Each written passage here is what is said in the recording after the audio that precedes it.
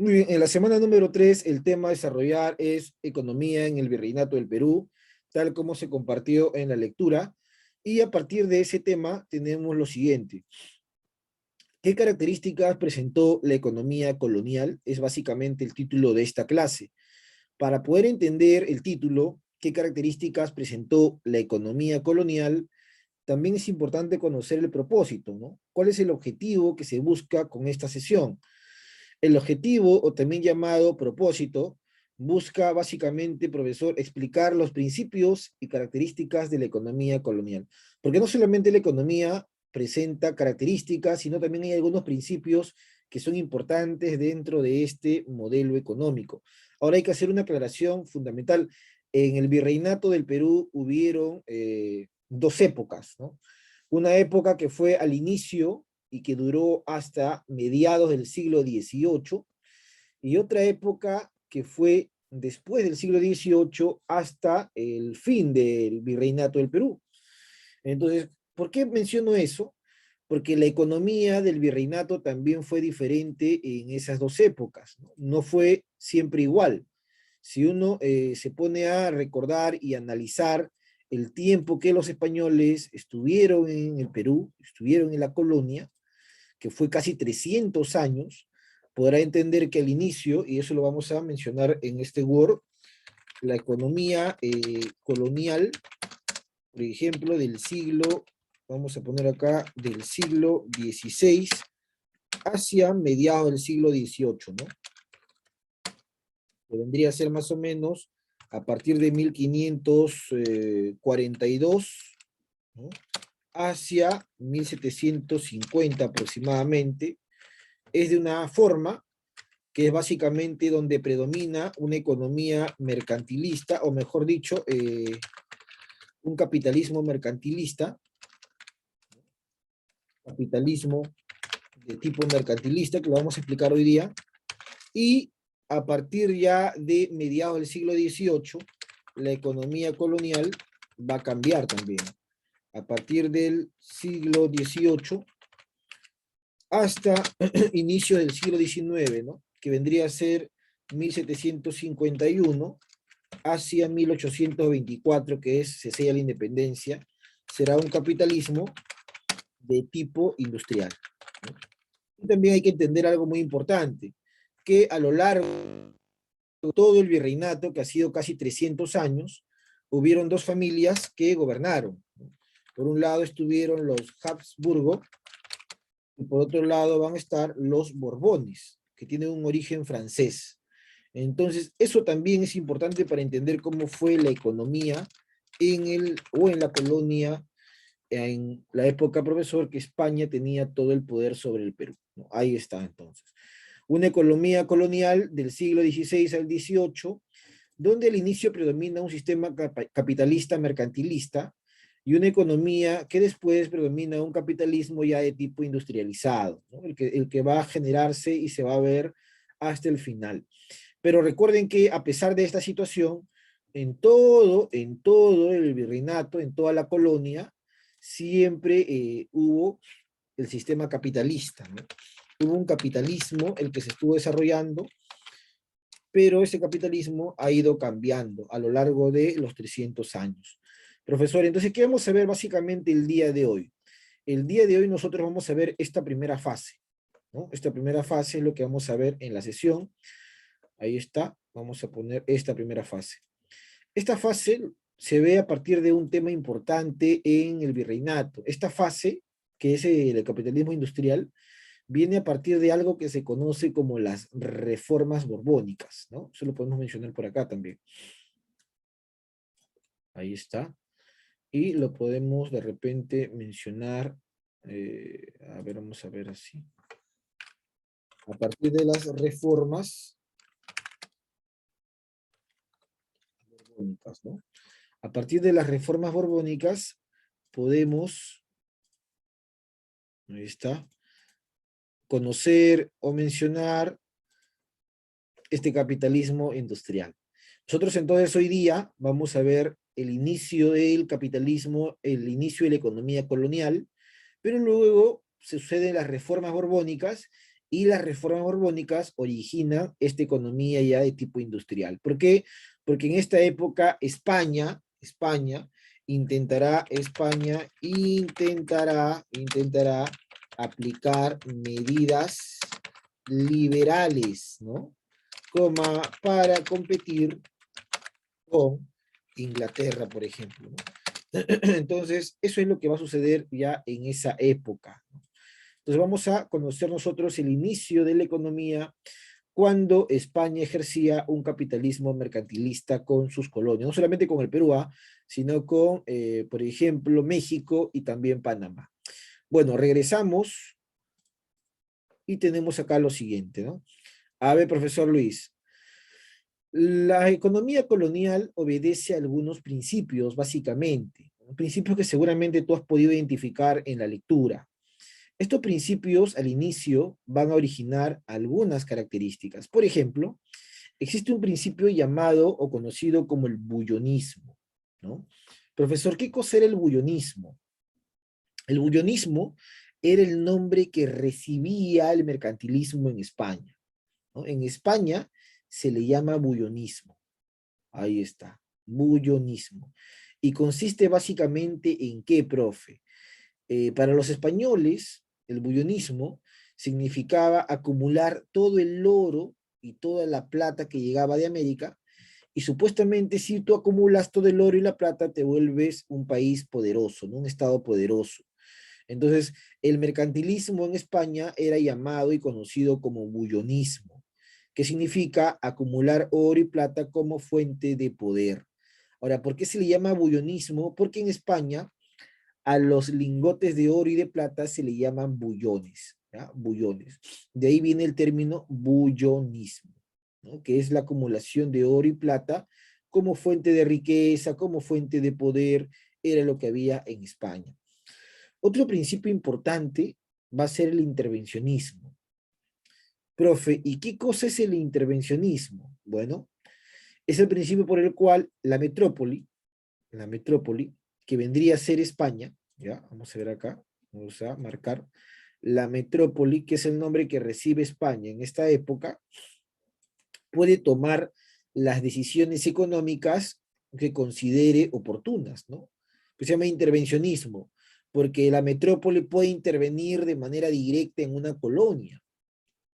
El rey podía intervenir en asuntos económicos, podía enviar emisarios o representantes para de alguna u otra manera tener presencia en alguna decisión productiva que se tome en la colonia, ¿no? El rey podía decir, yo quiero que se siga extrayendo mayor cantidad de oro y de plata, ¿no? Yo quiero que la minería siga siendo la actividad más importante. Yo quiero que tales impuestos se paguen a la corona. Entonces el rey podía intervenir, ¿no? Intervencionismo. Luego tenemos el exclusivismo, ¿no?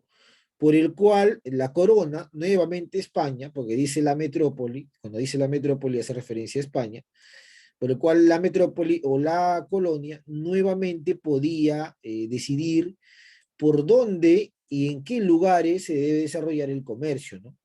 El exclusivismo, la corona puede decir, a ver, yo quiero que el comercio se desarrolle por estas rutas y quiero también que se desarrolle por estos puertos, ¿no? Ahí está, exclusivismo, por esas rutas y por esos puertos, ¿no? Ahí está bullonismo, intervencionismo, exclusivismo.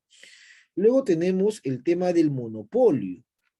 Entonces, alguien me puede decir, profesor Luis, ¿y qué cosa es el monopolio? ¿Cómo funciona? Recuerda que monopolio es un término económico que viene de mono es uno, y polio es venta o vendedor.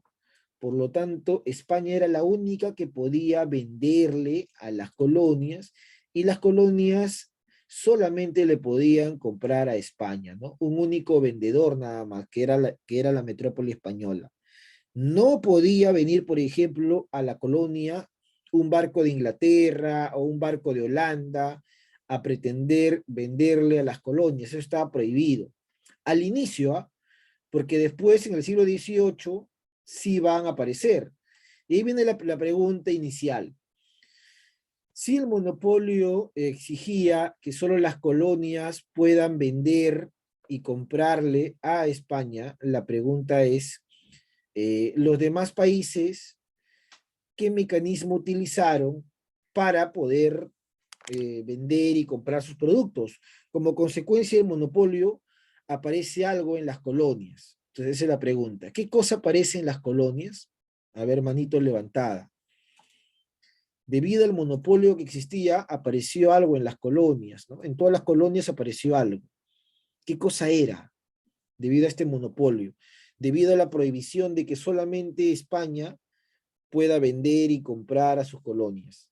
¿Qué cosa aparece, ¿no? En el tema comercial? A ver, por ahí, alguien que ya haya leído muy bien en el chat, a ver, muy bien Ortega, punto. Profesor, aparece la piratería, pues, muy bien, ¿no? Producto de este monopolio aparecen los piratas.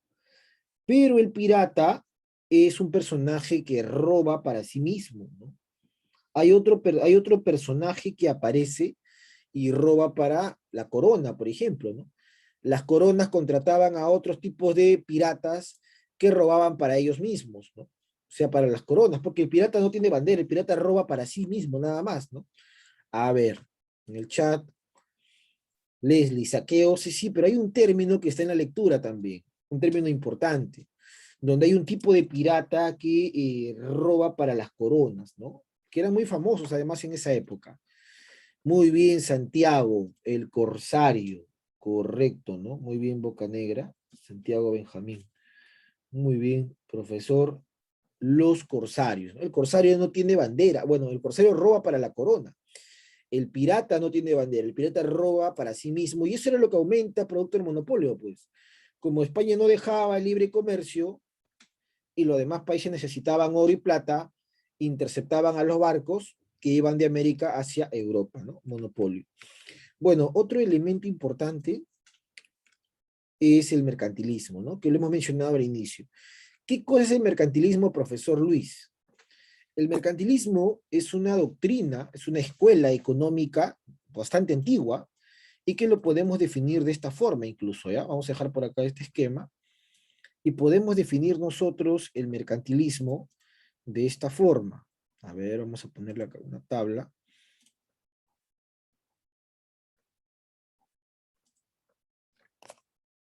A ver, un momento.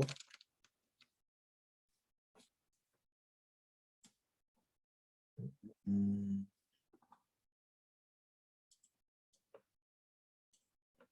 Ya. El capitalismo entonces, el capitalismo a lo largo de la historia ha pasado por varias etapas, ¿no? Entonces, una primera etapa del capitalismo se va a llamar mercantilismo, ¿no? ¿En qué es el mercantilismo? Es la idea que tenían los reyes en el siglo XVI hasta quizás el siglo XVIII, de que un país es mucho más poderoso si solamente acumula metales preciosos, ¿no? O sea, cuando por ejemplo te dicen, oye, pero no vendas simplemente esa cantidad de oro y plata, acumúlalo, guárdalo, es una creencia mercantilista, ¿no? Crees que acumulando metales, joyas, oro y plata, vas a ser más poderoso que los demás, ¿no? Mercantilismo.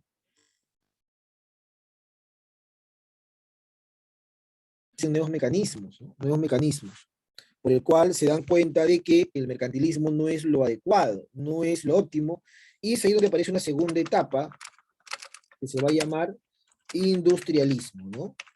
Esta etapa aparece en Inglaterra en el siglo XVIII, en el cual los ingleses van a desarrollar pues máquinas como la máquina a vapor, por ejemplo, y se van a dar cuenta de algo importante, que al mundo le faltaba tecnología.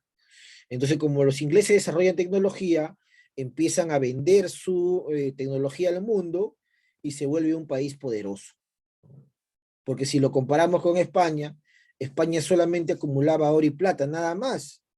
Pero llegó un momento donde los metales en América dejaron de exportarse porque se empezaron a acabar, como Potosí, se acabó la plata. Entonces, Inglaterra desarrolló el industrialismo y se convirtió en una nueva potencia en el siglo XVIII.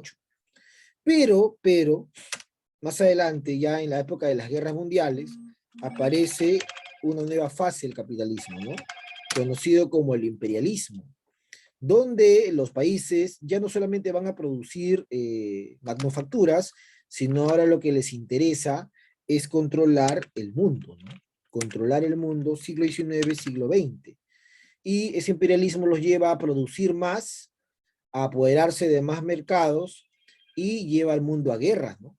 Por eso aparece la Primera y la Segunda Guerra Mundial, el imperialismo. Entonces el capitalismo ha pasado por tres etapas a lo largo de su historia, ¿no? Etapa número uno, mercantilismo; etapa número dos, industrialismo; y etapa número tres, imperialismo, ¿no? Mercantilismo, acumulación de oro y plata como fuente de poder. Industrialismo, el vender, ¿no? El desarrollar manufactura, el exportar, importar como fuente de poder. E imperialismo, el control de mano de obra, de recursos y de mercados, ¿no? Lo que lleva a que los países compitan entre sí y los lleva a una guerra, como la que pasó entre Alemania e Inglaterra. Entonces, esos son los principios. Y si te das cuenta, en España, de esta época se desarrollaba el mercantilismo. Y obviamente eso también había en el Perú, ¿no? En el Perú lo que se tenía que hacer era producir, extraer más oro y plata y eso enviarlo a España. Ahora, si tú te pones a analizar, para extraer oro y plata hay que prácticamente esclavizar a un personaje y ese personaje es el indígena. El indígena en la colonia va a ser tratado como un animal, ¿no? Va a ser mandado a las minas a extraer la cantidad de oro y plata, y ese oro y plata era enviado a España. Muy bien, en el chat me había escrito Mesa. La piratería es cierto, también el tema del corsario. Bueno, dejamos por acá estos principios y nos vamos a ver estas actividades económicas, ¿ya? Dentro del tema económico en la colonia, vamos a tener algunos términos que son importantes recordar. Por ejemplo, tenemos el comercio interno, ¿no? El comercio, ¿qué permitió, profesor Luis? El comercio, por ejemplo, permitió que se desarrolle la ruta de la plata, ¿no? La ruta de la plata. ¿Y qué cosa es la ruta de la plata? La que se desarrollaba entre dos lugares, ¿no? Entre Cusco y entre Potosí. Potosí hoy día es un centro minero prácticamente abandonado, pero fue en el siglo XVI el centro minero más importante de plata en toda la colonia. Escúchalo bien, ¿ah? Potosí tenía gran cantidad de plata. Tanta plata había en Potosí que España en el siglo XVI y XVII fue la potencia más importante en el mundo, ¿no? Ahora, ¿dónde quedará Potosí? Pregunta a mano levantada. ¿En qué país actualmente quedará Potosí? A ver, mano levantada en el chat. Muy bien, Ortega. Así es. Quedará en Bolivia, ¿no? Muy bien. Actualmente el centro minero de Potosí queda en Bolivia, ¿no? Y justamente, ¿por qué es esta ruta? Porque de Cusco iban indígenas a trabajar en Potosí y de Potosí también iban al Cusco, ¿no? Ahora, profesor, ¿para qué iban del Cusco? Porque faltaba mano de obra para seguir extrayendo la plata del cerro, ¿no? Plata que luego se convertía en lingotes o en monedas, porque había una casa de la moneda también en el Cusco, y todo eso se mandaba a España. Además que el rey implantó un impuesto minero colonial, ¿no? Conocido como el Quinto Real, que lo vamos a ver más adelante. Bueno, si de por sí lo más importante era explotar el oro y la plata, ya sabes tú cuál habrá sido la actividad más importante, pues. La actividad más importante ha sido la minería, definitivamente, ¿no? Al inicio no desarrollaron la agricultura o la ganadería como actividad importante. Sí existía, pero lo más importante es el tema minero. Porque desde la llegada de los europeos, ellos se interesan por el oro y la plata. Entonces se descubren en esta época centros mineros como Potosí, en Bolivia, y Huancavelica, obviamente en el territorio peruano. En Potosí se extrae plata, pero había un detalle, pues, había un detalle con la plata, ¿no? Y luego en Huancavelica se extrae el mercurio. Ahora, la pregunta es, ¿para qué servía el mercurio y por qué era importante el mercurio en esta época? Mano levantada y en el chat, a ver. O de repente oralmente. Los que han leído, ¿para qué servía el mercurio? ¿Cuál era la función del mercurio en el tema minero? Muy bien, Ortega.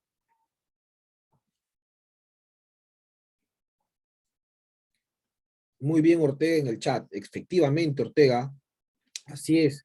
El mercurio servía para purificar la plata. Muy bien, Ortega, ya tienes 18 en esta clase. El mercurio servía para purificar la plata. El mercurio lava el mineral, entre comillas, ¿no? Porque cuando se extraía la plata de Potosí, la plata salía junto con otros metales. No salía pura la platita. Entonces había que purificarla, pues. Y para purificar a la platita, aparece, ¿qué cosa, profesor Luis? Aparece el mercurio, ¿ya? El mercurio entonces va a ser el elemento, el mineral, ¿no? Que te permitía purificar la plata, que te permitía, ¿qué cosa? Hacer que de repente ese metal, plata, que ha salido con otros metales, solamente quede en estado puro, que era lo que necesitaban los españoles, nada más, ¿no? Entonces, ¿dónde había mercurio, profesor? En Huancavelica. Al mercurio también se le conoce con otro nombre, que es azogue, ¿ya? Así también se le conoce el mercurio, ¿no? Como el azogue. Entonces, pero altamente el mercurio y la plata, obviamente son metales que en contacto con el hombre generan, pues, problemas de contaminación. Entonces, te puedes dar cuenta cuántos indígenas mueren, porque los que trabajan en las minas no son los negros ni los españoles, son los indígenas que estaban casi obligados a trabajar porque el español implanta la mita minera, un trabajo obligatorio, ¿no? Donde se le pagaba al indígena, pero se le pagaba algo miserable, ¿no? Que no alcanzaba para cubrir sus gastos. Bueno, otro tema colonial son los obrajes. ¿Qué es un obraje, profesor Luis? Un obraje vendría a ser lo que hoy día es un taller, como tú puedes observar en tu pantalla, debajo de la palabra obraje, encontramos a unos indígenas trabajando, elaborando textiles, ¿no? Entonces, un obraje es un centro de producción textil, básicamente. Ahí en el obraje se desarrolla, ¿qué cosa? La fabricación de prendas de vestir, ¿no? Pero estas prendas solamente servían para venderlos en el mercado interno, ¿no? Porque no tenían la tecnología para venderlos en el mundo. Aparte que España intervenía en la economía y prohibía que estos textiles puedan ser exportados para no competir con los mismos españoles, ¿no? Entonces, los obrajes es un centro de producción textil básicamente, y donde también trabajaban los indígenas de manera obligatoria, ¿no? Por eso va a haber una mita de obraje, así como hay una mita minera. Bueno, luego tenemos en el sector agropecuario, que vendría a ser el agro, ¿no? El trabajo en las haciendas, aparece un personaje que trabaja justamente en estos lugares y es el Yanacona. Yanacona es el nombre que recibe el indígena que trabaja en las haciendas, ¿no? Muchos indígenas no solamente trabajaban en las minas, sino van a trabajar en las haciendas que están en la costa, ¿no? En las plantaciones de algodón, de azúcar, trabajan estos yanaconas. En algunos casos en la sierra también, ¿no? Sierra Sur, Sierra Central. Pero también trabajan junto con los esclavos. Los negros que vienen del África van a trabajar en las haciendas. ¿Por qué? Porque el grueso de la mano de obra indígena estaba en las minas, ¿no? Por eso es que hay esta historia en literatura de Matalaché, el negro esclavo que llegó a una hacienda de la costa y se enamora de la hija del patrón. Es más, la hija termina estando embarazada del esclavo y el patrón, que ve en esa situación algo degradante, termina por castigar a Matalaché con la muerte, ¿no? Lo arroja a una tina hirviendo, ¿no? Porque era una hacienda donde se fabricaban jabones, ¿no? Y lo arroja justamente a esa tina donde hervía pues la masa el jabón, al pobre Matalaché. Entonces, Yanaconas es el que trabaja en una hacienda en la sierra, ¿no? Es el indígena, básicamente. Obraje es un centro textil y la minería es la actividad más importante. Bueno, no solamente debe quedar ahí el asunto, porque también tenemos el tema de los impuestos, ¿no? Profesor, ¿qué impuestos existieron, profe? Bueno, existieron muchos más de lo que aparece en tu pantalla, pero estos son algunos de los más importantes que uno debe dominar para un futuro examen, sobre todo. Existió, por ejemplo, el diezmo, ¿no? Que el diezmo es un pago obligatorio de todo católico a favor de la iglesia, ¿no? Que algunos sostienen que es el 10% de lo que uno gana. El 10% de lo que uno gana lo designa a la iglesia, ¿no? Eso se llama diezmo. Ahora, hoy día todos pagamos la alcabala, porque la alcabala vendría a ser equivalente a lo que hoy día se conoce como el IGB, ¿no? Que es un impuesto a la compra y venta de una mercancía. alcabala, ¿ya? Si tú comprabas una casa, estabas pagando alcabala. Si tú vendías una casa, estabas pagando alcabala. La alcabala es un impuesto al tema comercial, ¿no? Compra y venta, parecido al IGB actual. Luego tenemos el quinto real, que lo establece la corona, debido a que se dan cuenta que había mucho oro y plata en América. Entonces la corona dice, bueno, de todos los centros mineros que se encuentren en la colonia, se me debe entregar el 20%, ¿no? El 20% de todo lo que se descubra en un tema minero va a ir a la corona. Entonces el quinto real es entregar el 20% de la minería al tema de la corona española.